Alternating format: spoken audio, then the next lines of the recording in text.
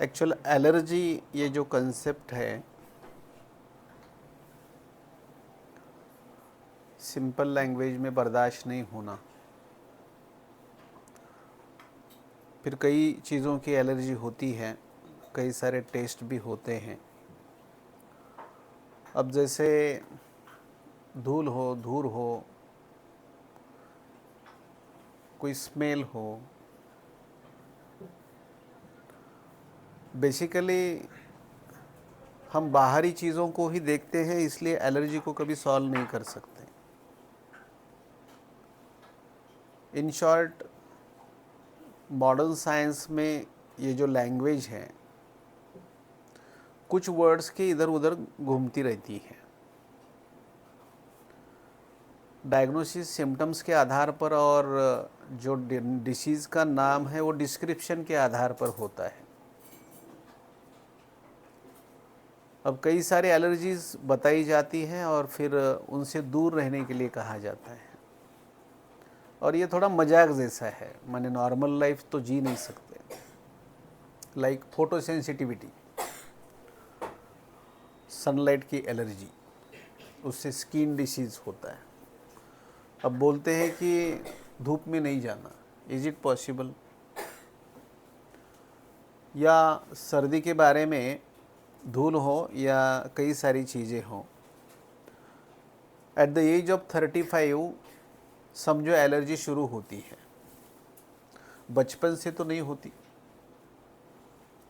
कई लोगों को at the age of 25, at the age of 40 शुरू होती है।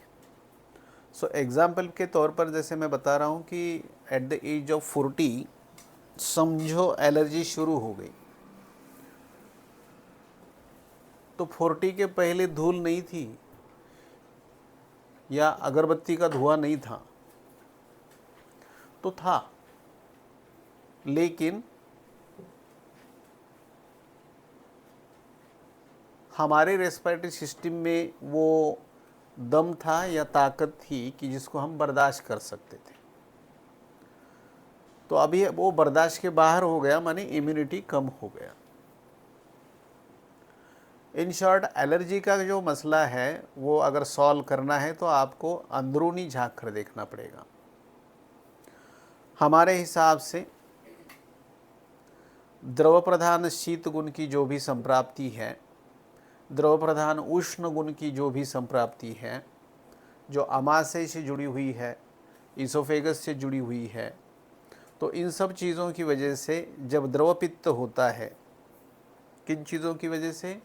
डाइट हो, रात में जागना हो, गुस्सा हो, या फिर कई सारी ऐसी चीज़ें जो शोथ को बढ़ावा देती है।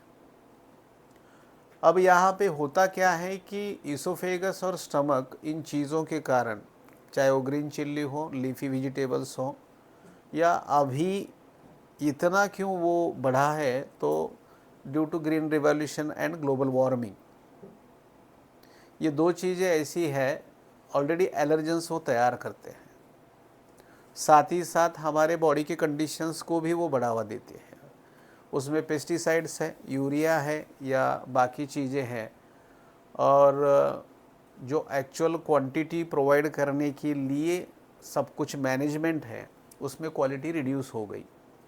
अब इसमें से जो तैयार होता है उसमें शोथ की संप्राप्ति बहुत जल्दी होती है, क्योंकि रात में बैंगन बढ़ाने वाला दवा हम जब कंज्यूम करते हैं तो वो एक्चुअल शोथ तो पैदा करेगा ही। इसलिए ये सब चीज़ें खाने के बाद शोथ पैदा होता है। जो भी शोथ होता है उसको रिड्यूस करने की जो भी बॉडी की टेंडेंसी है, तो उसमें द्रवगुण पैदा होता है। अब बात ऐसी होती है कि फिर धूल या धुआं जब हम कंज्यूम करते हैं नाक के द्वारा, तो वो वेगस को स्टिमुलेट करता है। अब हार्ट रेट बढ़ने लगता है, इसोफेगस और स्टमक के मूवमेंट्स बढ़ने लगते हैं जहाँ पे द्रवगुण है, और वो द्रवगुण जब बाहर निकलने की कोशिश करता है, then there is a sneezing, वहाँ पे छींकें आती हैं, पतला पानी बहने लगता है। इसमें और एक बात है, हम दो तरीके से किसी भी चीज़ को सोचते हैं, संतर्पण और अपतर्पण में। संतर्पण बहुल संप्राप्तियाँ जो होती हैं उसमें पक्वाशय भी इन्वॉल्व होता है, क्योंकि शोथ वहाँ तक रहता है। अब जब हार्ट रेट बढ़ता है तो उदावर्तजन्य संप्राप्ति भी होती है। इन शॉर्ट ये सब अगर चीज़ें देखें तो हम एक सिंपल सेंटेंस पेशेंट को बताते हैं अबाउट एलर्जी। हम ये कहते हैं कि हमें जिन कारणों से, माने नॉर्मल पर्सन को जिन कारणों से एसिडिटी होती है, उन कारणों से आपको एलर्जी होती है। लाइक आप स्पाइसी फूड कहो, कटु अम्ल लवण रस कहो, या फिर बाकी चीज़ें जो मैंने कही वो कहो। खवैगुण्य जहाँ पे होता है वहाँ पे जाके वो इम्पैक्ट दिखाता है। इसलिए एलर्जी को निपटने के लिए हमें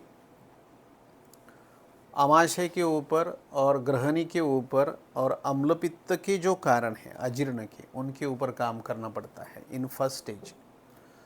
और जब वो सिम्टम्स कम होते हैं तो फिर प्राणवह स्रोतस को बल देने के लिए 64 प्रहरी हो या रक्त का वर्धन और रक्त का प्रसादन करने वाली ट्रीटमेंट हो या च्यवनप्राश जैसे रसायन हो, उनके साथ हमको निपटना पड़ता है।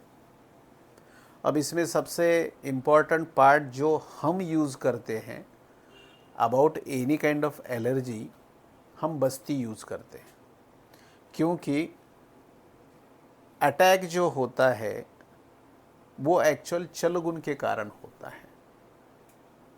Inhale, perfume, stimulation, heart rate got increase. अभी हार्ट रेट बढ़ने के बाद वहाँ पे अन्ननलिका और आमाशय जो हिलने लगे हैं उससे स्नीजिंग होता है। इन शॉर्ट चलगुण के ऊपर और इरिटेशन के ऊपर काम करने के लिए हमें वात के ऊपर काम करना पड़ेगा, वो भी शमन चिकित्सा के तौर पर करना पड़ेगा। इसलिए हम कई बार ऑयल थेरेपीज यूज़ करते हैं, कई बार क्षीरवस्ती यूज़ करते हैं, और साथ में फिर हरिद्राखंड हो, लघुसुत शेखर हो, या फिर जो भी हमने कोविड रिलेटेड कॉम्बिनेशंस, रसायन क्वाथ हो, रसायन वटी हो, या फिर हम जिस चीज़ को लेकर सबसे ज़्यादा काम करते हैं नश्य हो, जिसमें शमन नश्य हो, पंचेंद्रिय वर्धन तेल का नश्य हो, और ब्रह्मा नश्य तो हमारी थियरी है, तो उस चीज़ को लेकर एनी काइंड ऑफ एलर्जी हम मैनेज कर सकते हैं मैक्सिमम 90 डेज़ में। उसमें अर्टिकारिया सबसे ज़्यादा चलता है स्किन में, और उस चीज़ को भी जैसे तुम देखते हो कि हम कितने दिन में मैनेज करते हैं।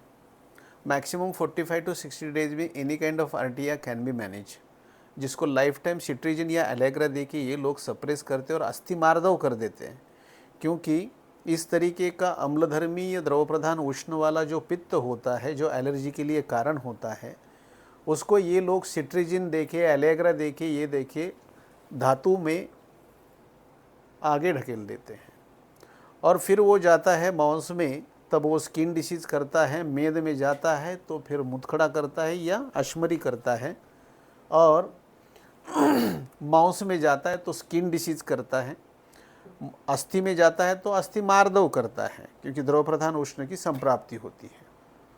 और जो लोग continuous actual anti histamine drugs लेते हैं, सिट्रीजिन हो या बाकी चीज़ें, they will suffer from psychiatry also, माने बैड साइकेट्री। उसमें वो डिप्रेशन में चले जाते हैं, क्योंकि प्राण के जो भी कर्म हैं वो एक्चुअल कंजेशन के कारण उनके डिस्टर्ब हो जाते हैं, और ऐसा करने के बाद वो कई दिनों के बाद उसमें बुद्धि में विभ्रम होने लगता है, और बुद्धि में विभ्रम के साथ डिसीजन की कैपेसिटी कम गिरने लगती है, और फिर वो साइकोलॉजिकली अंडर प्रेशर आके डिप्रेशन में चले जाते हैं। इन सब लोगों को हम जो ब्रह्मानश्य यूज़ करते हैं, तीक्ष्ण नश्य आप कह सकते हो उसको, तो उसके कारण स्त्रोतरोध दूर होता है और उनको फ्रेश लगने लगता है।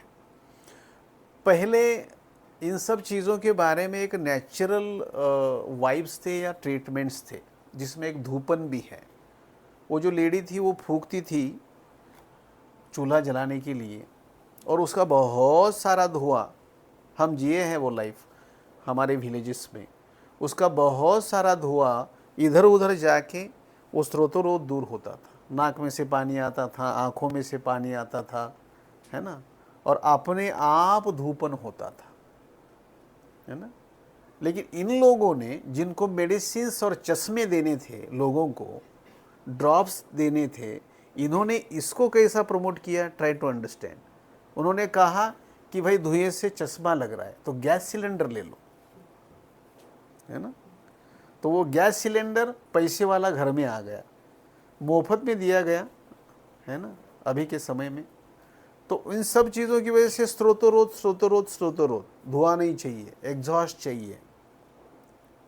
वो जो नेचुरल लाइफ थी जिसमें ये सब एलर्जी के आंसर्स ऑलरेडी थे, वो सब का सब निपट गया। इसलिए धूपन नाम की चिकित्सा है, नश्य चिकित्सा है, बस्ती चिकित्सा है। कई सारे लोगों को विरेचन से काफ़ी फ़ायदा होता है, लेकिन विरेचन वाली जो बात होती है, पित्त प्रकृति, रक्तसार वगैरह वगैरह, ऐसे कंडीशंस में अक्टूबर महीने में दिया जाता है। लेकिन बस्ती, जहाँ तक एलर्जी के अटैक्स की बात है, चलगुण की, द्रवगुण की, शीत गुण की, उष्ण गुण की, वहाँ पे बस्ती जैसा कोई ये नहीं है, दवाई नहीं है। इसलिए एलर्जी जो मसला है हमारे लिए ना इतना सा है, कितना है, इतना ही है। उनके लिए एलर्जी एक स्पेसिफिक चैप्टर है। इसलिए कोई भी एलर्जी क्लिनिक खोल के बैठे, उसकी दुकान चलेगी, लाइफ टाइम चलेगी, क्योंकि यहाँ से यूरिया भी बंद नहीं होने वाला है, यहाँ से पेस्टिसाइड भी नहीं जाने वाले हैं, ग्लोबल वार्मिंग हटने नहीं वाली है। People are lacking of exercise, people are taking द्रव प्रधान उष्ण गुण का उनका डाइट कंजम्पशन है। ये कोई भी चीज़ बंद नहीं होने वाली है, इसलिए आपकी दुकान भी बंद नहीं होने वाली है। अब उसमें गवर्नमेंट ने बहुत सारा सपोर्ट किया है हमको,